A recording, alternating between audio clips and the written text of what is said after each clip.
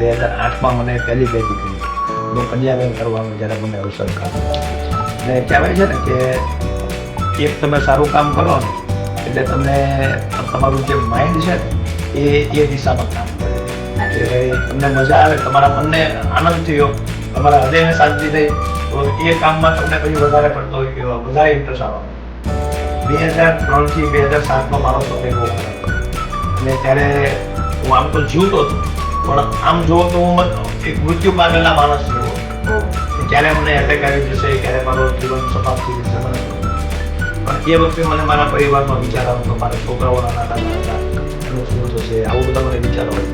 પછી જ્યારે હું 2008માં હું ઇન્ડિયા આવ્યો અને ત્યાર પછી મને મારા બાપુજી જવાની પીપી જવાની ગ્રુપ જેમણે મારા ફાધરે તો એમને મને એક સ્કૂલની જવાબદારી આવી.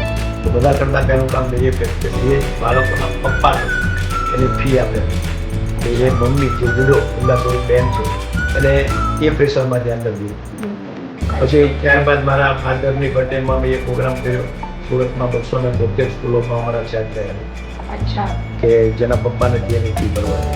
એટલે બાળકોને ભણવાના વિચાર પછી મારા મધરની બર્થડેમાં અમે એમનું પીપી સવારી હોસ્પિટલમાં મેડિકલ ચાલ્યું.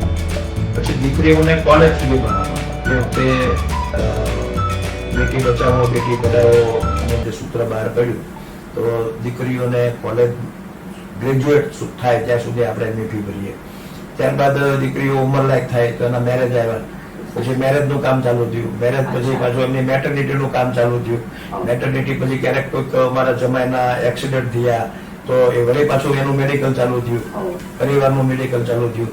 ત્યારબાદ કોઈ જમાઈ એક્સપાયર થઈ ગયા તો વળી પાછું એને વિધવા પેન્શન ચાલુ થયું.